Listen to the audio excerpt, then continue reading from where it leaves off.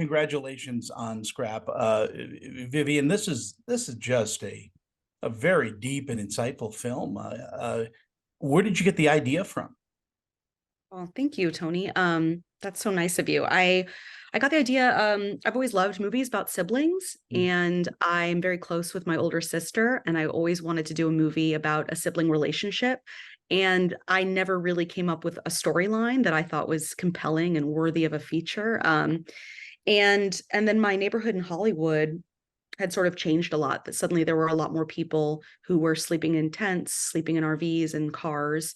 And I sort of was just noticing them every single day and thinking about you know, how difficult their lives are and wondering like how this even started for them. Like what was even the beginning of this Mm. kind of slippery slope into like how do you go from like sort of living your life and then cut to you sleeping in your car? Like how does that happen?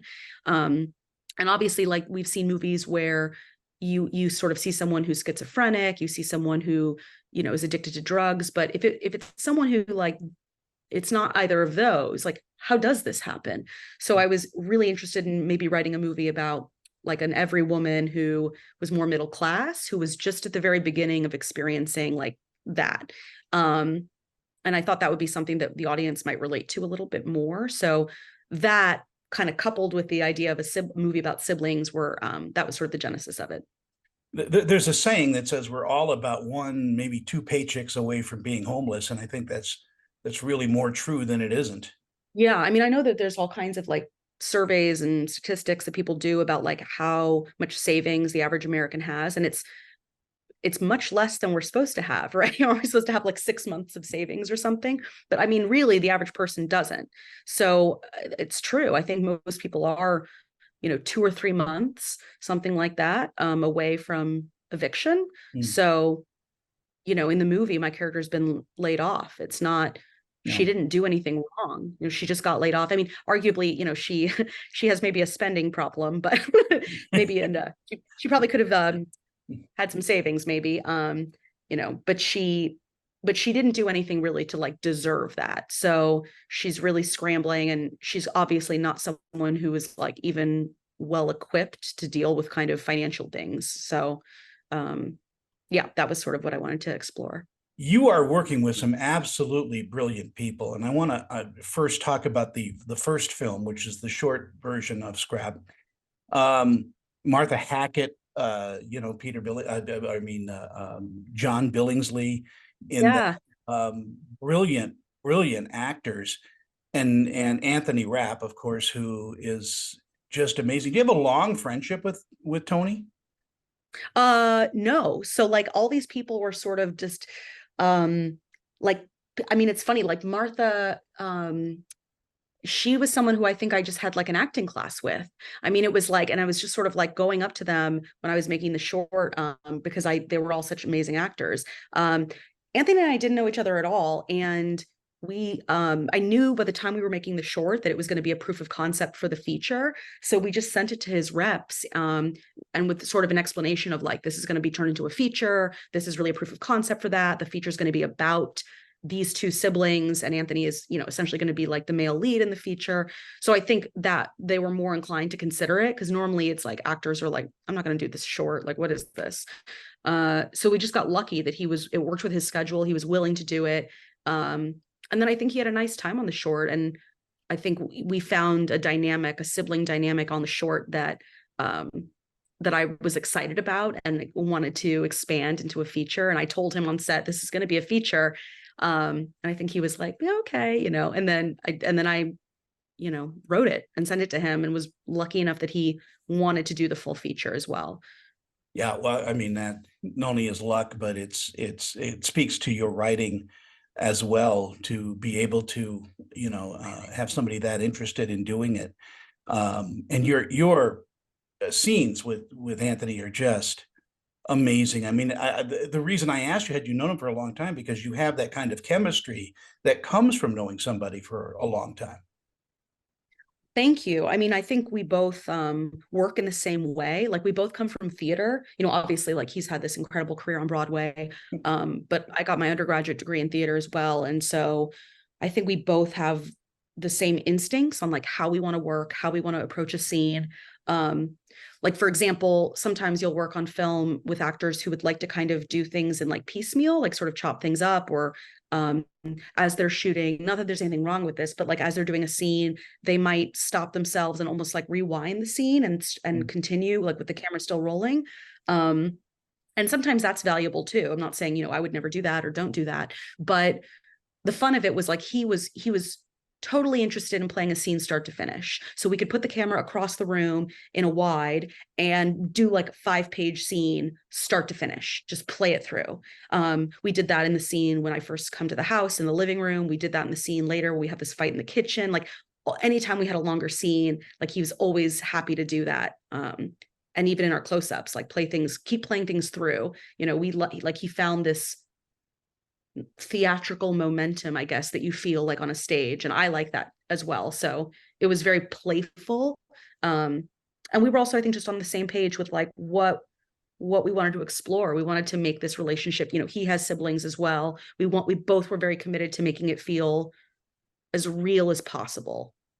Yeah, as an audience, not as a film critic or an interviewer, I felt like in moments I was watching a theatrical play, and that is such a beautiful feeling to feel the real in a scene. Yeah, I mean, I love theater. I still love it. Obviously, I didn't get to see it or do any of it during COVID, but I love it. I think it's so incredible. And one of the things that I do love about theater so much are these like longer scenes where people can just talk, right? Like normal people do. So it was fun in Scrap to have, we'd have sort of faster scenes where it's like Beth or the chaos of like the car or the city in Los Angeles. And then we could land, in Ben's house and just have a scene in the kitchen that was like 5 minutes long. That's I love that kind of pacing for the film was really important to me, really fun to explore. People tell me never to film in LA.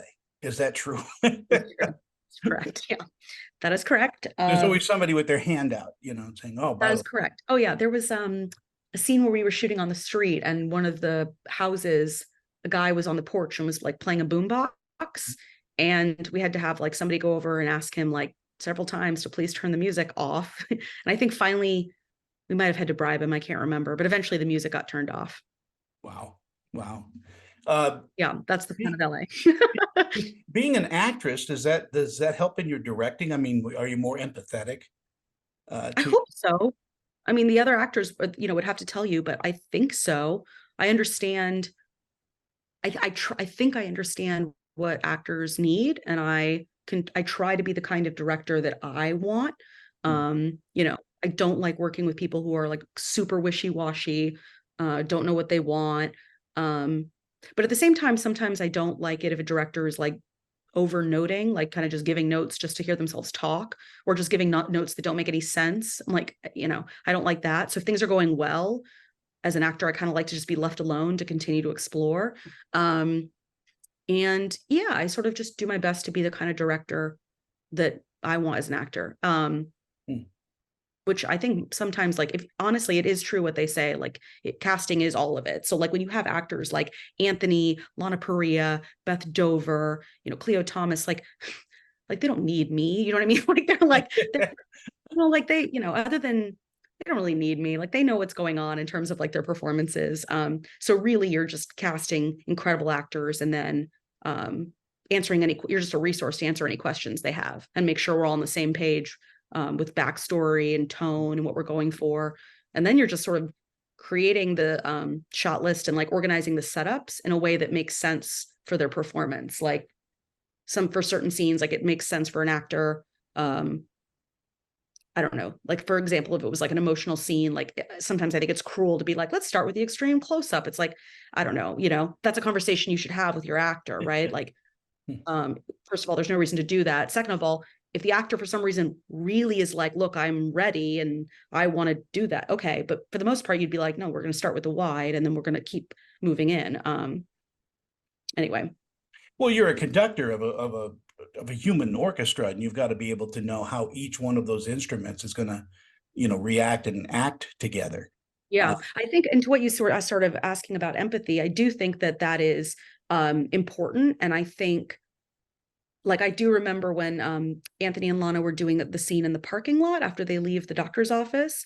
I do remember like crying a little bit as behind the camera as they were working, because what they were, even though their characters were not crying in the scene, but it was such a like, I knew it was such a crucial moment, and they were kind of, their characters were like in such pain, and yeah, it was like weirdly emotional for me to watch them. So I think just naturally, whatever natural empathy I have as an actor does, I think, carry over into my directing. But it seems to me that you also have the ability, some directors and writers do, they have a stranglehold on everything that they've written and or every shot.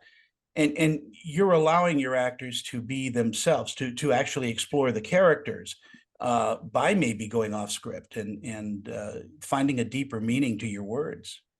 Yeah. Although sometimes, you can't let the inmates run the asylum. You know what I'm saying? So sometimes, sometimes you got to be like, there are moments. I mean, like, I think, yeah, sometimes, there are I mean, none of them were like this, but like sometimes, there's actors who like push a little bit, or, want to change something that you're like, no, I chose that word for a reason. And like, there's a nice way to do it, but I think, yeah, and if an actor does have like an idea for a line or like something they want to change, it's worth a discussion. But ultimately, as the writer director, um, what I say goes. No, I'm just There you kidding. go. Yeah. But I think, like, you don't want things to get crazy, because also we have to make our days, like we have to tell the story we're here to tell. So there's a couple things that were improvised, yeah, from the script, but nothing that was like so important to me that I felt like we can't deviate. When audiences discover Scrap, what do you think they're going to take away from it?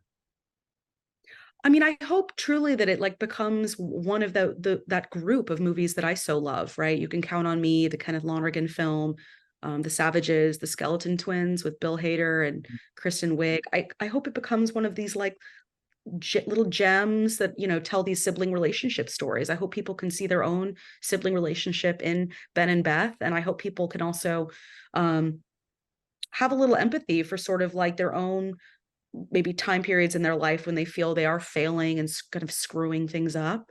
And have a little like more kindness for themselves. Like, we're so hard on ourselves. I think part of Beth's struggle, and also maybe Ben's struggle, arguably, is like they're just so self-critical. They're so hard on themselves about like what they think they should have achieved versus where they're actually at in their lives. And yeah, maybe in general, I just hope people are like a little kinder to themselves. Is it tough directing yourself?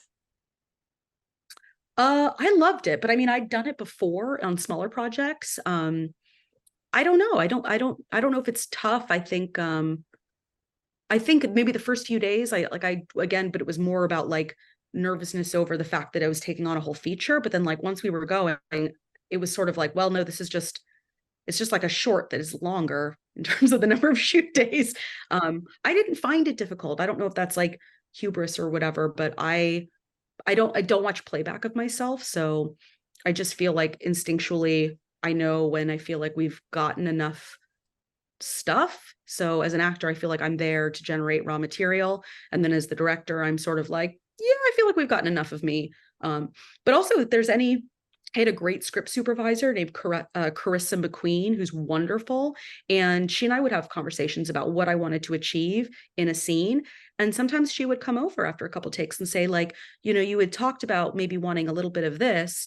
You've already kind of explored, A and B. Did you want to do one with a little more C just to have? And I'd be like, I did. I forgot about that. Yes, let's do one more take and I'll get a little more of C. Thanks, Carissa. It's like those kind of people, like a script supervisor like that, is a godsend to an actor director. So it's not that like I needed someone directing me, but to have someone who knows what I wanted because we've already talked it through, and who can remind me when I'm sort of in the throes of it, not to miss a certain shade of something. That's worth its weight in gold. I appreciate your time. I want to catch up with you when Seance is done. It sounds like a pretty interesting film too. Yeah, couldn't be more different. Yeah, it's an 1890s like gothic thriller. So it's not like Scrap at all. But It's perfect. yeah, I'm finishing up post-production on that, and I'm hoping that we'll be doing festivals, having its world premiere in 2024. Well, don't forget about me, and we'll catch up with each other again on that. But congratulations on Scrap.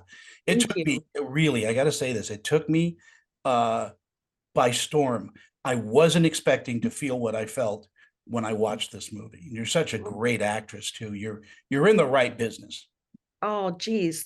Thank you. That's so nice of you. It's sort of embarrassing because I love Anthony's performance so much. Sometimes at festivals, I'll kind of skip the middle of the movie, come back, watch the end. And every time I watch the end with like his sort of look, kind of makes me tear up a little bit. I'm like, oh, he's so good. Like, Well, I mean, he's Anthony Rapp. I mean, and he's yeah, an he's incredible human okay. being Yeah. too. One of the best read people I've ever met. Yeah, he is a big reader. He really is. Anyway, Vivian, thank you so much, and I'll try to catch up with you on social media or something, and I'll send you a copy of this interview when it's all edited and put together. Yeah, please do. Thank you. It was so lovely meeting you, Tony. Thank you, and have a great day. You too. Have a good one.